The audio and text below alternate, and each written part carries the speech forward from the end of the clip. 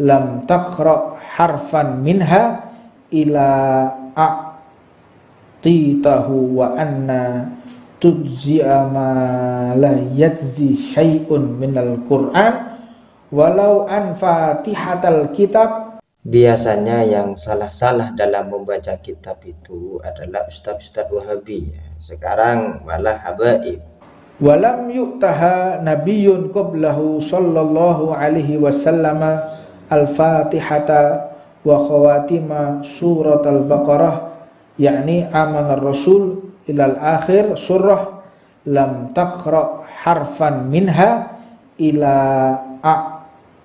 a'titahu wa anna tujzi'a ma la yajzi syai'un minal Qur'an walau an fatihatal kitab wudi'at fi kifatin minal mizan an fi kifatin la rajahat fatihatal kitab sab'al marat. Sebenarnya salah dalam membaca kitab itu ya biasa, namanya juga manusia ya. Menurut saya kalau cuma salah baca tetapi pemahamannya masih benar, itu masih bisa dimaafkan ya.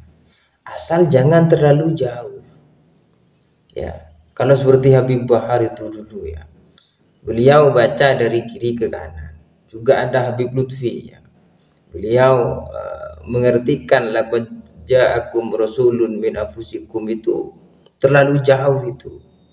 Kemudian Habib Husain Bagil tadi itu juga terlalu banyak salahnya ya. Kalau boleh dikoreksi bacaan dari Habib Husain Bagil tadi itu ya cukup hancur Pak ya. Itu titik komanya enggak ada, salah, itu titik komanya enggak ada, salah semua. Kemudian ada bacaan yang cukup fatal beliau baca, misalkan di situ surah dibaca surah, ada tasdidnya surah, yang benar itu kan surah. Kemudian illa dibaca ila, kemudian juga marot dibaca marot, tasdidnya dihilangkan ya, itu fatal. Itu juga ada yang salah secara nahwiyah ya, ada yang harusnya jer dibaca nasab ya, seperti khawatimah suratil baqarah beliau baca suratal baqarah ya, harusnya jer itu beliau baca nasab. Kemudian ada lagi ya anna beliau baca an ya, itu salah juga ya. Kemudian apa lagi ya, ukti tahu harusnya itu mabni maf'ul ya, ukti tahu, tapi beliau baca akti tahu ya, mabni fa'il ya, itu salah juga secara ilmu nahwu. Kemudian apa lagi ya, la rajahat fatihatul kitab ya, seharusnya itu fatihatu menjadi fa'il, tapi beliau baca la rajahat fatihatul kitab ya. Jadi cukup bermasalah lah bacaan beliau ini, terlalu jauh, maksudnya terlalu banyak itu, sehingga hancur jadinya, belum lagi titik komanya itu ya. Jadi itu ya, kalau boleh dikoreksi.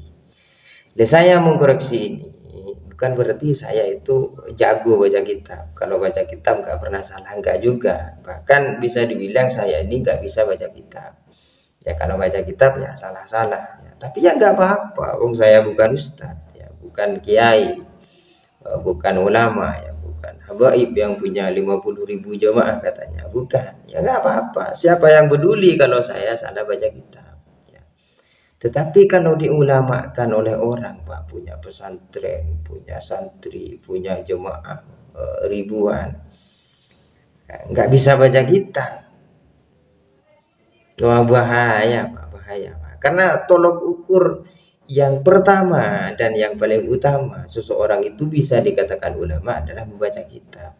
Kalau baca kitab dari kiri ke kanan, memaknainya salah-salah, kemudian bacaan kitabnya amburadul, itu mohon maaf ya, belum bisa dikatakan sebagai ulama ya, belum bisa disebut ulama, belum bisa ya. Memang sekarang ini ya, bukan hanya habaib ya, banyak ya di luaran ini yang maca ulama ya, pakai surban, pakai imamah, pakai jubah, kemana-mana bawa tasbih, tampil di depan umum, tetapi jauh panggang daripada api, sangat-sangat jauh untuk bisa disebut ulama, tidak layak untuk disebut ulama. Banyak itu, justru banyak sebenarnya yang ulama itu yang tersembunyi, tidak tampil di permukaan, tetapi alim luar biasa, karangan kitabnya banyak, bahkan sampai ke luar negeri itu kitabnya itu ada yang seperti itu. Sedangkan yang tampil di publik